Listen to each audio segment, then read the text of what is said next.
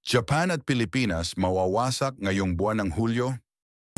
Isang manga ang nagpakita ng lindol, tsunami at pagbagsak ng mga syudad at ang nakakatindig balahibo, parang totoo na siya ngayon. Kwento lang ba ito o may alam silang hindi natin alam?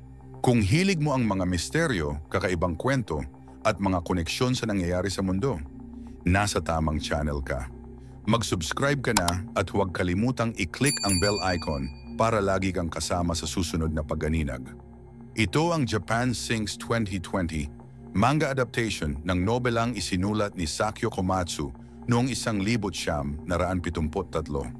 Dito, ang Japan ay unti-unting nilalamon ng kalikasan, lindol, tsunami, pagputok ng bulkan, hanggang sa tuluyang mawala ito sa mapa. Pero ang tanong, gaano ito kalapit sa realidad at posible bang ang ganitong senaryo ay hindi lang mangyari sa Japan kundi pati sa Pilipinas? Ang Japan Sinks ay hindi lang ordinaryong sci-fi. Ang sumulat nito, si Sakyo Komatsu, ay kilalang Japanese futurist na may malalim na interest sa geoscience. Sa kanyang kwento, ginamit niya ang mga aktwal na tectonic data noong dekada 70 para mailahad kung paanong unti-unting guguho ang arkipelago ng Japan dahil sa galaw ng tectonic plates. Hindi na ito katang-isip lang na ngayon.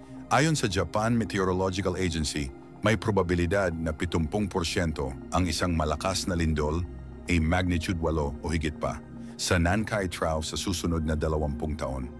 Ayon kay Professor Shinji Toda, geophysicist mula sa Tohoku University, ang Nankai Trough ay isa sa mga pinakadelikadong fault lines sa buong mundo. Ito ang pwedeng mag-trigger ng isang megathrust earthquake na may kasamang tsunami na tatama sa buong Pacific region. Kung mangyari ito, ayon sa Kyoto University Disaster Simulation Center, ilang minuto lang ang pagitan bago tamaan ang Southern Japan at mga oras lang bago maapektuhan ang mga baybayin ng Pilipinas. Noong Marso 11, 2011, tumama ang magnitude 9.1 Tohoku earthquake. Sinundan ito ng tsunami na pumatay ng mahigit 20,000 katao. Eksaktong eksena kung saan sinira ng tubig ang buong lungsod ay nakita na noon sa mga adaptation ng Japan Sinks.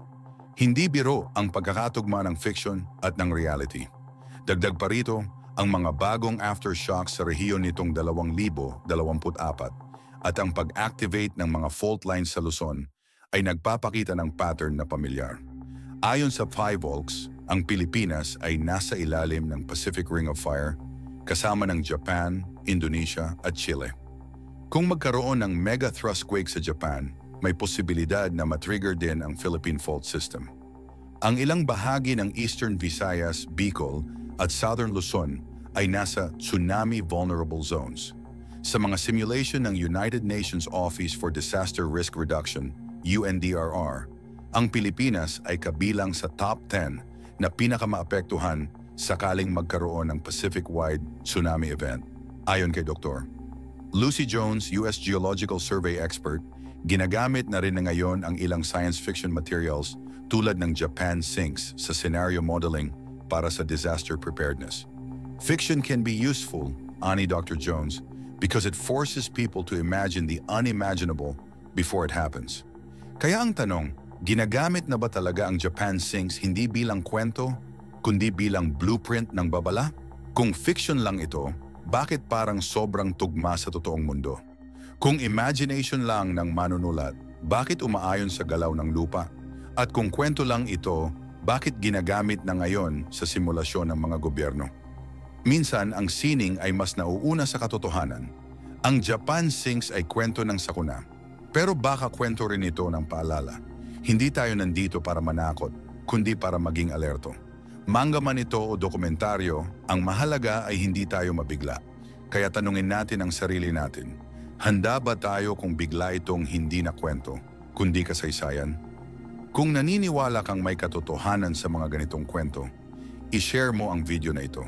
Baka ito ang babala na hindi na dapat palampasin.